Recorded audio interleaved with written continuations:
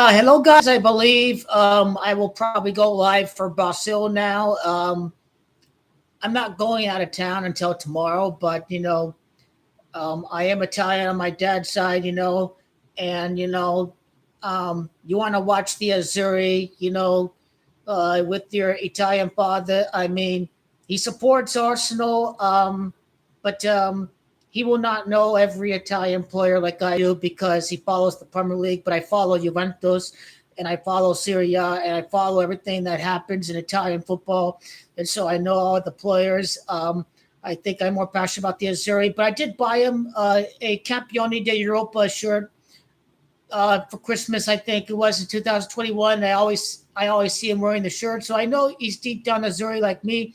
So I will be gone tomorrow watching the Azzurri, leaving early in the morning and seeing that game. But I will be here for the knockouts on Monday. So Portugal and France, I'll be live for, and we'll have a lot of fun with it.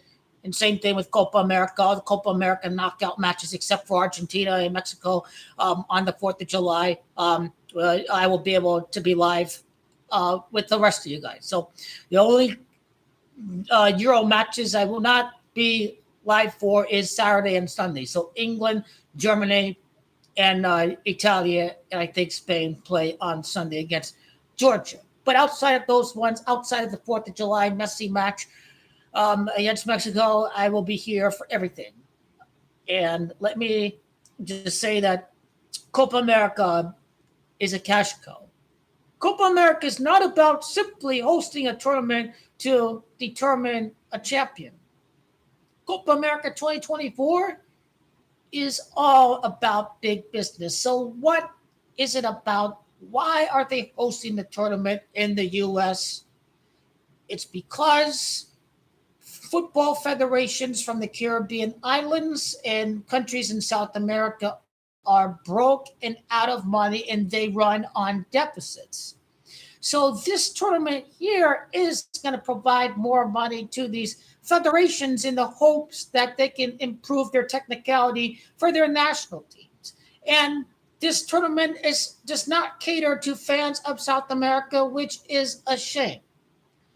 The main demographic they're catering to is American fans, whether it be the Latin American the diaspora to the USA, whether it just be any group of Americans. But the Americans, when you see these ticket prices, there's only one group of people CONMEBOL and CONCACAF have in mind.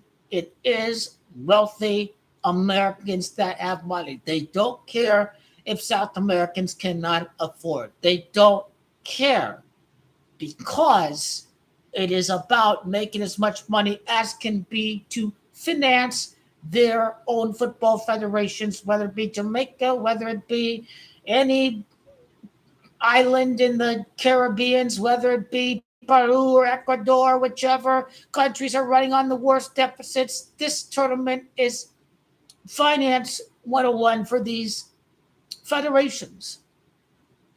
So you look at the stadiums, and they're not completely full stadiums. But it's not about selling every ticket, is it? No, it's not about selling every ticket. It's about maximizing a profit.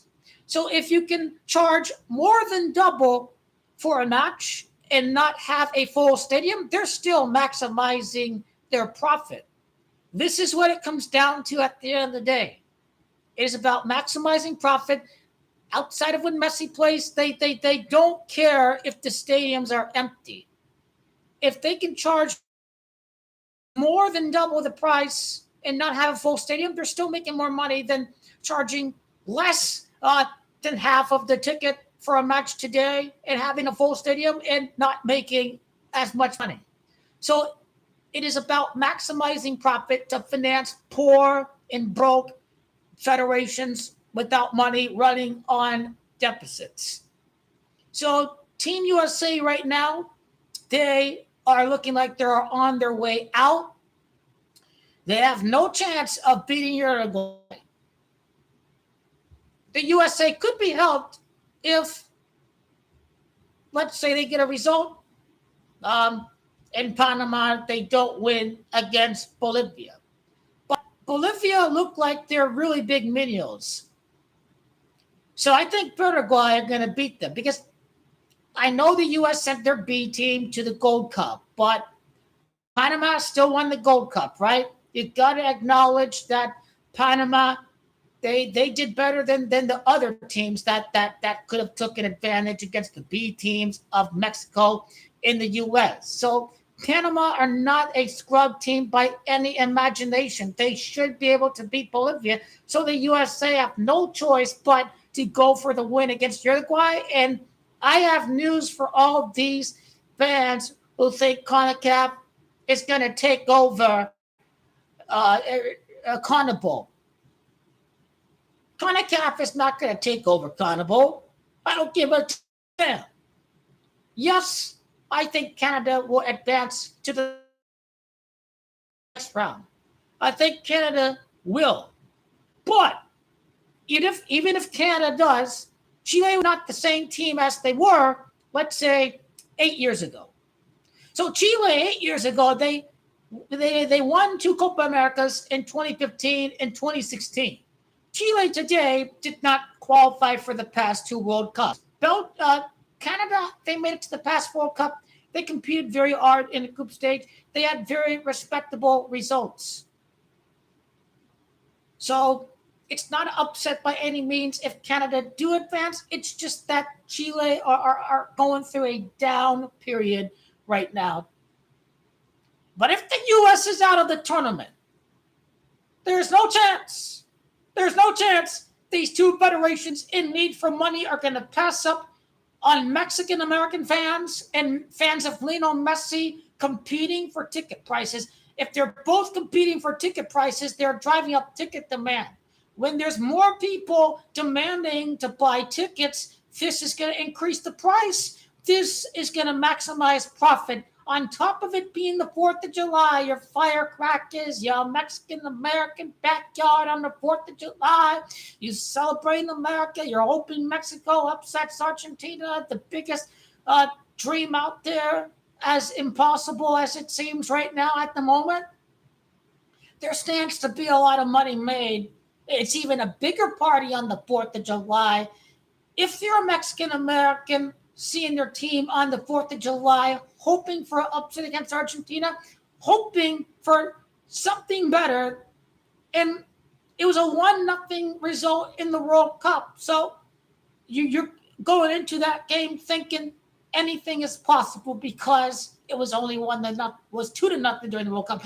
I'm not going to forget about Enzo Fernandez goal, but I'm just saying, supporting your team the 4th of July, having fun, drinking, seeing fireworks, watching Mexico, or just seeing Lionel Messi, there stands to be lots of money made. Even if you're a Mexican fan who buys the ticket, you're still watching Lionel Messi too. So if this tournament is about financing broke federations, if the U.S. is out, the referee is going to be in the back pocket of Mexico at Glendale against Ecuador. Ecuador are a good team. They have Moise Caicedo. They made it to the World Cup. I'm sure there still is a narrative with Ecuador because Lionel Messi has scored against Ecuador more than any other team out there. But Mexico and Mexican-American ticket demographic group would maximize the profits for CONMEBOL and CONCACAF.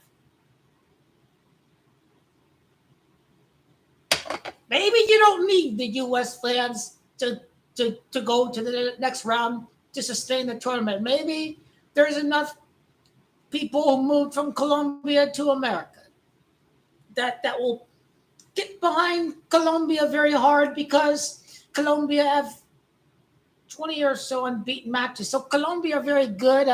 Colombia was my dark horse team entering the tournament. So my 2 dark horses were Ukraine in the Euro and Colombia for the Copa America. But now Austria are the dark horse. Austria are going to make it to the semifinal of the Euro, but Colombia is still going to be the dark horse, especially if it appears right now that the U.S. is going to be out, which they'll probably be out because Greg Berhalter is incompetent. And I think if America makes it to the quarterfinals and they win on the 4th of July, I think the draw is going to be rigged for the U.S. to play on the 4th of July on their birthday, July the 4th at Philadelphia. Knockout matches at Philadelphia, 4th of July. I think it's round of 16. The United States will play in that match. The draw will be rigged for the U.S. to play on that side of the match, to play at Philadelphia on the 4th of July. I believe I did a video on that already. It may be in the Brazil playlist. I'll go live for Brazil tonight for anybody who has any questions, who's a Brazilian, is watching all my videos on that. Because when you look at Lionel Messi and his injuries right now, it's like you got to be realistic. Is he going to be as healthy as he was in 2022? It's not just right now with this knock that he sustained against it, but Lionel Messi had to miss a lot of games because of muscular issues, and on top of it, he's not playing every 3 days as he was in Barcelona, and he still is sustained muscular injury issues. So he's just getting older, and is he going to be the same player in 2026? And is it a guarantee he's going to play in 2026? It's not a guarantee yet that he will play. Even though I personally would love for Lionel Messi to win multiple World Cups, you just have to be realistic. But I will say, if Neymar is not going to come back to Brazil, then it's Argentina and Messi all the way. If Neymar comes back, then we know the script is in for Neymar to be the savior. For Messi's friend Neymar to win the next World Cup after Lionel Messi won the Player World Cup, and Neymar's crying, so they were like, don't, please come back, Leo. Don't leave us, Leo. Now, I think they'll do the same. We need you, Neymar. We need you, Neymar. We need you, Neymar. We need you, Neymar. So I think that's what's going to happen for Brazil. But it's not Neymar alone. Brazil are going to need a real midfield. I don't think they're going to win it with Paqueta alone. Let's be real. They're going to need somebody more creative than Lucas Paqueta. Who's going to replace Coutinho and Fernandinho? That's what we're wondering with Brazil right now, at the moment as it is. They're great with the defensive backs. They're great with Gabriel and Bremer. They're great with the forwards. We know that. But where's the midfield for Brazil to create? Where is it going to come from? That's the big question we face at the moment.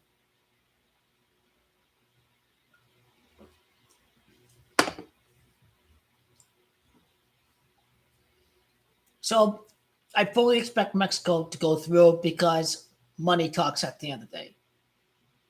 I know Ecuador are good. Hopefully the match is determined on the basis of merit. But if Mexico's bad, if they need help getting through to the next round, I think the referee's going to help Mexico. Maybe CONCACAF can sit here and say, oh, it's not rigged. Why did the United States go out in the group stage? Mexican-American fans and Lionel Messi equals record-breaking prices for the 4th of July. I just feel, even though there's a good narrative for Messi to dominate Ecuador again, he's also dominated Mexico. These are the two teams in the Americas that Messi has dominated most. He's dominated Mexico in the World Cup, and he's dominated Ecuador in qualifiers. But money talks at the end of the day. Mexico to go through.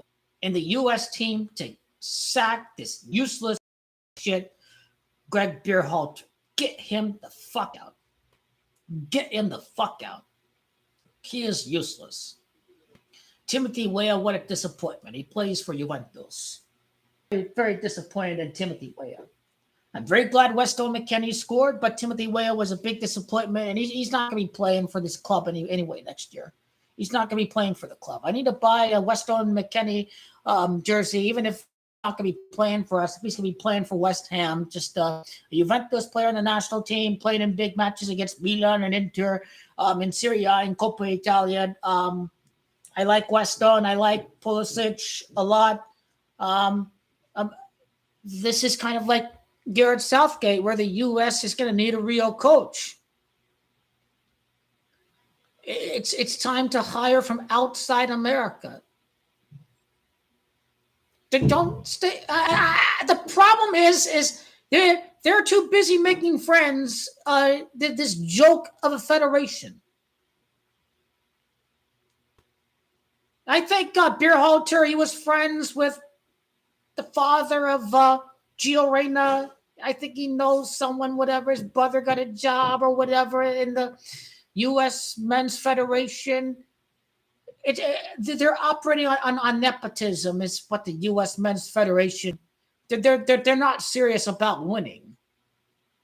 If they're serious about winning, they would go through the route of Klinsmann, where they hire a qualified manager, regardless if he's American or not.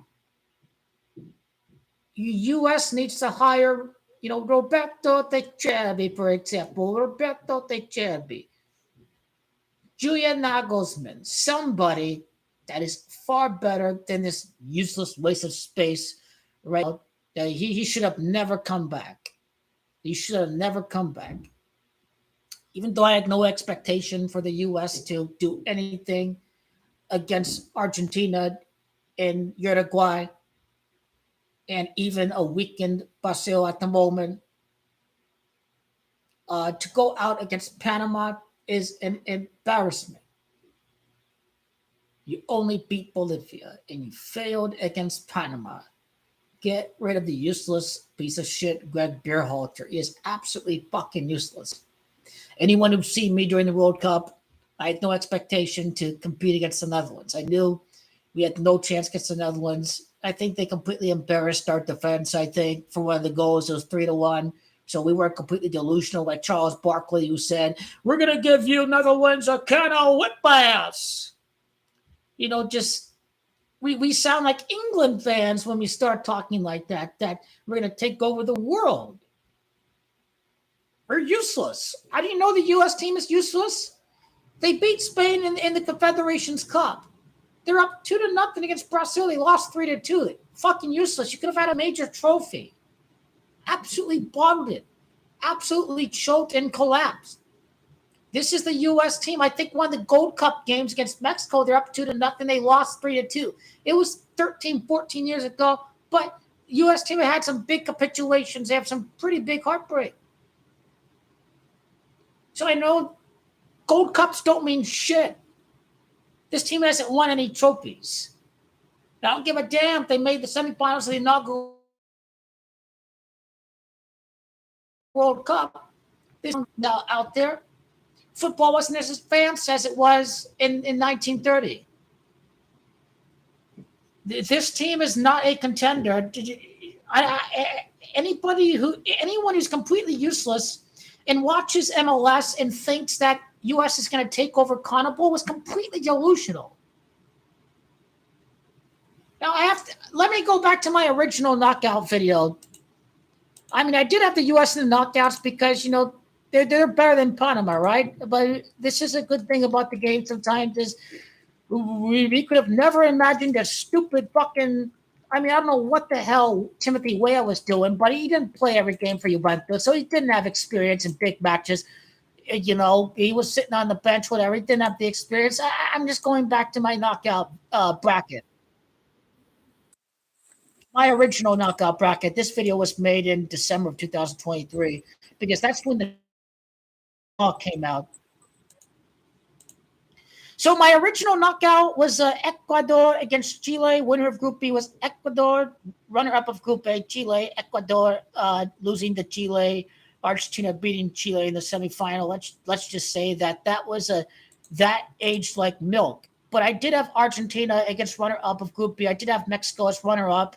So that was very good. I had Uruguay against Colombia. It's pretty much whoever finishes runner-up of that group will face Uruguay in the quarterfinal. I still have to do polls. Who's going to advance between Chile and Canada? Who's going to advance between?